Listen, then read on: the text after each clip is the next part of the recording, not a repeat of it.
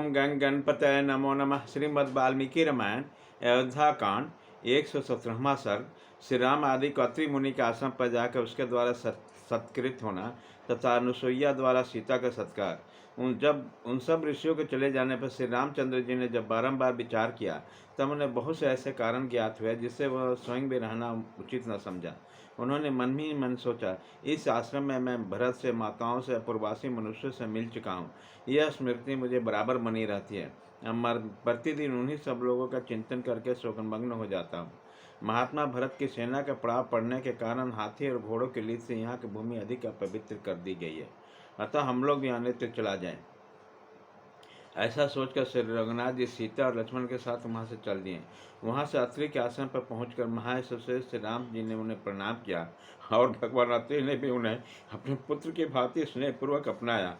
उन्होंने स्वयं श्री राम का संपूर्ण अतिथि सत्कार करके महाभाग लक्ष्मण और सीता को भी सत्कारपूर्वक संतुष्ट किया।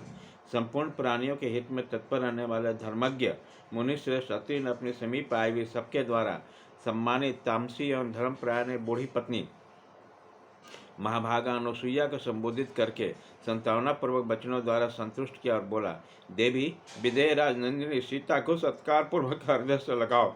तत्पश्चात उन्होंने सर रामचंद्र जी को धर्मपरायण तपस्वी अनुसुईया का परिचय देते हुए कहा, एक समय 10 वर्षों तक दृष्टि नहीं हुई। उस समय जब सारा जगत निरंतर दग्ध होने लगा, तब जिन्होंने उग्र तपस्या में युक्त कठोर नियमों से अलंकृत होकर अपने तप के प्रभाव से यहाँ फल फूल उत्पन्न किए और मंदाकिनी के पवित्र धारा बहाई, तात जिन्होंने 10,000 वर्षों तक भारी तपस्या करके अपने उत्तम प्रभाव व्रतों के प्रभाव से ऋषियों के समस्त विघ्नों का निवारण किया था, वे ही यह अनुसुईया देवी है। निष्पाप श्री राम, इन्होंने देवताओं के कार्य के लिए अत्यंत उतावली होकर 10 रात के बराबर एक ही रात बनाई। वे ही अनुसुईया देवी तुम्हारे लिए माता की भांति पूजनीय है। वे संपूर्ण प्राणियों के लिए वंदनीय तपस्विनी है। क्रोध तो इन्हें छू भी नहीं सकता। विदेह नंदिनी सीता इन वृद्ध अनुसुईया देवी के पास चले जाए। ऐसा कहते हुए अति मुनि से बहुत अच्छा कहकर श्री रामचंद्र जी ने धर्मज्ञ सीता की ओर देखकर ये बात कही, राजकुमारी, महर्षि अत्रि की वचन तो तुमने सुन लिया। अब अपने कल्याण के लिए तुम शीघ्र ही तपस्विनी देवी के पास जाओ, जो अपने सत्कर्मों से संसार के अनुसुईया के नाम से विख्यात हुई। वह तपस्वी देवी तुम्हारे आश्रय लेने योग्य है। तुम शीघ्र उनके पास जाओ। श्री रामचंद्र जी की बातें सुनकर यशस्विनी मिथिलेश कुमार सीता धर्म को जानने वाली अति पत्नी अनुसुईया के पास गई। अनुसुईया वृद्धावस्था के कारण शिथिल हो गई थी। उनके शरीर में झुर्रियाँ पड़ गई थी। उनके सिर के बाल सफ़ेद हो गए थे।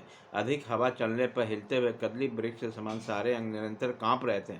सीता के निकट जाकर शांत भाव से अपना नाम बताया और उन महाभाग पतिव्रता अनुसुईया को प्रणाम किया। उन संयमशाली तपस्वियों को प्रणाम करके हर्ष से भरे हुए सीता ने दोनों हाथ जोड़कर उनका कुशल समाचार पूछा। धर्म की आचरण करने वाली महाभाग सीता को देखकर बुढ़ी अनुसुईया देवी उन्हें सांत्वना देती हुए बोली, सीते, सौभाग्य की बात है कि तुम धर्म पर दृष्टि रखती हो। मान्य सीते, बंधु बांधवों को छोड़कर उनसे प्राप्त होने वाली मान प्रतिष्ठा को परित्याग करके तुम वन में भेजे हुए श्री राम का अनुसरण कर रही हो। यह बड़े सौभाग्य की बात है। अपने स्वामी नगर में रहे वन में भले ही बुरे जिन स्त्रियों के प्रिय होते हैं, उन्हें महान अभुतशाली लोगों की प्राप्ति होती है। पति बुरे स्वभाव का, मनमाना बर्ताव स्वभाव का अथवा धनहीन क्यों न हो, वो उत्तम स्वभाव वाले नारियों के लिए श्रेष्ठ देवता के समान है। विदेह राजनंदिनी, मैं बहुत विचार करने पर भी पति से बढ़कर कोई हितकारी बंधु नहीं देखती। अपनी की हुई तपस्या के अविनाशी फल की भांति वह इस लोक में परलोक में सर्वत्र सुख पहुँचाने में समर्थ होता है। जो अपने पति पर भी शासन करती है, वो काम के अधीन चित्त वाली असाध्वी स्त्रियाँ इस प्रकार पति का अनुसरण नहीं करती। उन्हें गुण दोषों का ज्ञान नहीं होता, अतः वे इच्छानुसार इधर उधर विचरती रहते हैं। मिथिलेश कुमारी, कुछ नारियाँ अवश्य अनुचित क्रम में फंसकर धर्म से भ्रष्ट हो जाती है और संसार में जिन्हें अपयश की प्राप्ति होती है, किंतु जो तुम्हारे समान लोक परलोक की जानने वाली साध्वी स्त्रियां हैं, वो उत्तम गुणों से युक्त होकर पुण्य कर्मों में संलग्न रहती है। अतः वे दूसरे पुण्यात्माओं की भांति स्वर्लोक में विचरण करती है।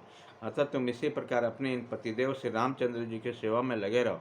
सती धर्म का पालन करो, पति को प्रधान देवता समझो और प्रत्येक समय उनका अनुसरण करते हुए अपने स्वामी के सद्धार्मिणी बनो। इससे तुम्हारा श्रेयस और धर्म दोनों की प्राप्ति होगी। इस प्रकार श्री वाल्मीकि निर्मित आस रामायण आदि काव्य के अयोध्या कांड में 117वां सर्ग पूरा हुआ।